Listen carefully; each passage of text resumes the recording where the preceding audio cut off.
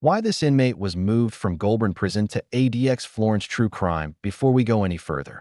If you're drawn to the darkest corners of real crime, the stories they don't want you to hear, hit subscribe, smash like, and tell us in the comments where you're watching from. This one gets dangerous fast. The sirens cut through the pre-dawn silence like knives. On the outskirts of Sydney, a black armored convoy tore through the empty highway, headlights off, escorted by unmarked police vehicles. Inside the lead van, every sound felt amplified: the hum of the engine, the click of a safety latch, the shallow breathing of the man chained to the floor. His name wasn't spoken, not out loud. The paperwork listed him as Inmate K, 17, but everyone in that vehicle knew who he really was. And more importantly, they knew why this transfer couldn't fail. 36 hours earlier, a corrections officer had been found dead inside Goulburn Supermax prison. No signs of forced entry, no alarms triggered, just a body slumped in a restricted corridor that only a handful of people could access. Goulburn wasn't just any prison. It was Australia's most secure facility, built to hold inmates deemed too dangerous to exist anywhere else. Concrete thicker than bank vaults. Cameras in every corner. Silence enforced like law. And yet, someone had managed to kill a guard without leaving a trace. By sunrise, whispers were already spreading through law enforcement circles. This wasn't an accident. This wasn't random. And it wasn't over. At the center of it all was the man in the convoy. Years earlier, he had arrived at Goulburn under maximum secrecy, convicted of orchestrating a series of crimes that spanned continents: financial fraud, contract killings, and a web of influence that seemed to survive every arrest. Witnesses recanted. Evidence vanished. People who spoke too much had a habit of disappearing. Inside Goulburn, he kept a low profile. No fights, no outbursts, no obvious trouble. The kind of inmate officers were trained to fear the most. Then the guard died. Detective Laura Bennett stood in the corridor where the body had been found, staring at the scuff marks on the floor. She'd worked homicides for 20 years, but something about this scene unsettled her. There was no chaos here. No struggle. Just precision. This wasn't personal, she muttered. It was a message. Security footage from that night revealed something even more disturbing. Cameras glitched for exactly 90 seconds, long enough for someone to move unseen. The timing was perfect. Too perfect. Internal affairs descended on the prison within hours. Phones were seized. Officers interrogated. But the deeper they dug, the more resistance they encountered. Reports went missing. Logs didn't match. It was as if the prison itself was protecting someone. That someone was Inmate K, 17. Behind closed doors, federal authorities made a decision rarely taken. This man wasn't just a threat to the prison. He was a threat to the system. And Australia didn't have a facility capable of isolating him completely. There was only one place left: ADX Florence, the United States' most secure prison. A concrete fortress buried in the mountains of Colorado. 23 hours a day in solitary confinement. No contact, no communication, no influence. For an inmate to be moved there from another country was almost unheard of. But so was killing a guard inside Goulburn. As the convoy approached the airfield, armed tactical units took positions along the perimeter. A military transport plane waited on the tarmac, engines already running. No press, no announcements. Officially, nothing was happening. Inside the van, the inmate finally spoke. "Too late," he said quietly. The officer sitting across from him froze. "What did you say?" The man smiled. "Not wide, not smug, just enough." "They already chose," he replied. Back at Goulburn, Detective Bennett received a call that made her blood run cold. Another officer had collapsed during questioning. Heart attack, they said. But when she arrived, she noticed the same thing she'd seen before. No signs of a struggle, no witnesses, just silence. She began to understand the scope of what they were dealing with. This wasn't about one prison or one country. This was about reach, influence, control. As the plane lifted off, carrying Australia's most dangerous inmate toward ADX Florence, authorities believed they were finally ending the threat. But buried deep in the case files was a detail almost everyone had missed. A financial transaction, flagged but never explained, tied to a private contractor involved in the transfer itself. And when Bennett finally traced the account, her hands started to shake. Because the money didn't come from inside the prison. It came from someone already on the outside. And whatever was coming next was already in motion. The flight to Colorado was silent in a way that made seasoned officers uneasy. Inmate K, 17, sat alone in the reinforced compartment of the military transport plane, wrists shackled, ankles locked, a hood pulled loosely over his head. He hadn't resisted. He hadn't spoken again. That calm was more unsettling than violence. Across the Pacific, authorities told themselves the danger was contained. The logic was simple. Once he entered ADX Florence, the walls would do what no prison ever had: cut him off completely. Detective Laura Bennett didn't believe it for a second. Back in Australia, she ignored the growing pressure to step away from the case. Officially, the investigation into the Goulburn guard's death was ongoing. Unofficially, doors were closing fast. Witnesses suddenly couldn't remember details. Supervisors urged her to focus elsewhere. One even suggested the death might have been natural causes complicated by stress. Bennett knew better.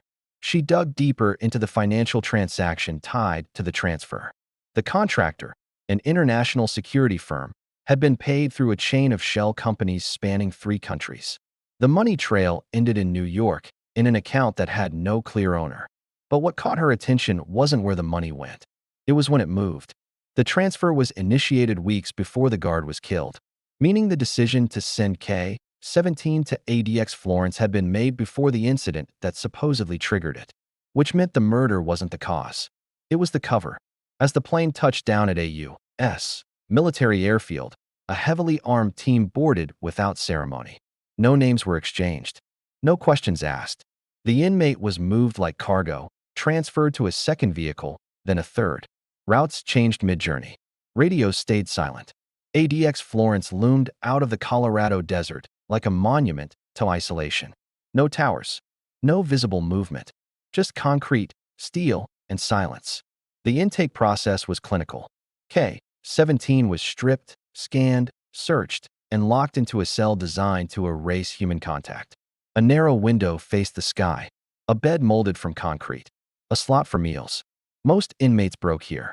He didn't. Within days, subtle anomalies began appearing in the system. Maintenance logs were altered. A camera feed froze for 6 seconds, barely noticeable, but enough to raise internal alarms. A guard reported hearing a voice through the vent system late at night, whispering his name. Psych evaluations showed nothing unusual. No threats, no complaints, no requests, just compliance. Meanwhile, Bennett made a dangerous choice. She contacted an American investigative journalist she'd worked with years earlier, a man known for exposing government failures. She sent him the transaction records, the timeline discrepancies, and one sentence that mattered most. He was never meant to be stopped. He was meant to be moved. Within 48 hours, the journalist called her back. "You're not wrong," he said. "That account in New York? It's linked to 3 cases I've been tracking. Different crimes. Different suspects. Same pattern. Transfers. Silence. Dead ends." Then he said something that made her stomach drop. "One of those suspects is already inside ADX Florence." Back in Colorado, the prison went into partial lockdown after a guard collapsed during a routine cell check. No injuries. No struggle. Just sudden disorientation and memory loss. Doctors called it stress-induced. The guard didn't remember walking past K-17's cell, but the surveillance system said he had. As officials reviewed the footage, a chilling pattern emerged. Every incident, every glitch, every unexplained lapse occurred within seconds of K-17's movements.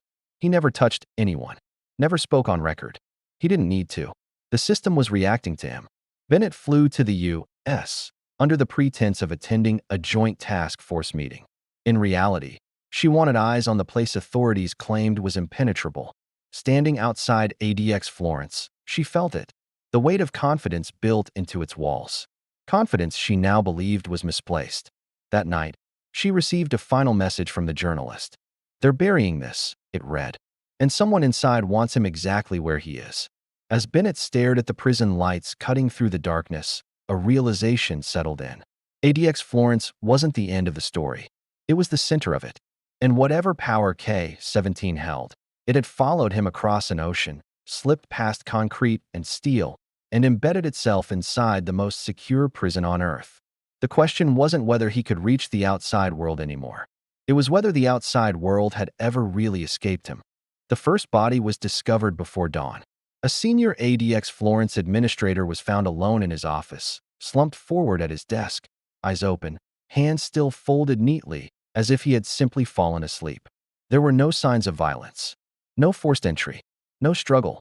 The coroner would later list the cause as cardiac arrest brought on by extreme stress. But Detective Laura Bennett noticed something others dismissed. On the desk sat a single manila folder. Inside it were transfer authorization documents, old ones. Some dated back more than a decade. Different prisons. Different countries. Same signature stamped at the bottom of every page. K-17's identification code. The lockdown that followed was absolute. ADX Florence went silent, sealed tighter than ever. Cells were searched. Staff interrogated. Systems audited line by line. Yet nothing explained how a man locked in near total isolation could be connected to a growing list of unexplained deaths and vanished records. Bennett finally secured limited access to the facility under the guise of assisting with international oversight. She was warned repeatedly, no direct contact with the inmate, no questions, no deviations from protocol. She agreed to everything. Then she broke one rule. Standing outside K-17's cell, she felt a pressure she couldn't name. The air seemed heavier, charged with something unspoken. He sat on the concrete bed, hands resting on his knees, head tilted slightly upward as if he had known she was coming. "You moved me because you were afraid," he said quietly, before she spoke a word. Bennett froze. "That wasn't a question," he continued. "And this isn't the end." She demanded to know why guards were dying, why records were disappearing, why every trail led back to him without proof. He smiled, faint and controlled. "Prisons don't hold people like me," he said. "They protect systems from people like me. I make sure the wrong systems fall." Before she could respond, alarms blared down the corridor. The lights flickered once, then steadied. Guards rushed in, pulling her away. That night, evidence vanished from secured servers. Backup drives corrupted simultaneously. The journalist Bennett had been working with disappeared en route to a meeting in Denver. His car was found abandoned. His phone wiped clean. And then the final revelation arrived. An encrypted file surfaced anonymously in multiple newsrooms across 3 continents. Inside it was everything: illegal transfers, covert agreements between private prison contractors and intelligence agencies, inmates relocated not for punishment, but for silence. At the center of it all was a quiet classification label: strategic detainee asset.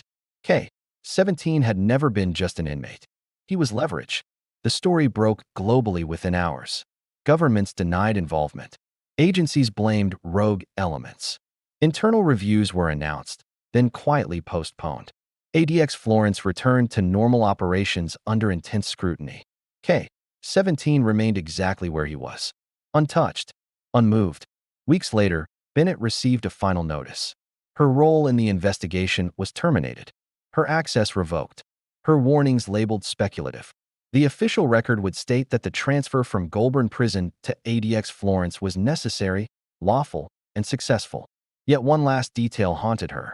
Since K-17's arrival, violence inside ADX Florence had dropped to zero. No assaults. No riots. No incidents. Order at last. 3 months later, another administrator collapsed at a federal office in Washington. Same cause. Same silence. Same unanswered questions. They said the danger was contained. They said the system worked. But if this story unsettled you, if it made you question who really controls the world behind concrete walls, make sure you subscribe, share your thoughts in the comments, and tell us where you're watching from. Drop your questions, your theories, and your reactions below. Turn on notifications, because stories like this don't end when the cell door closes. You're highly welcome, and this was only the beginning.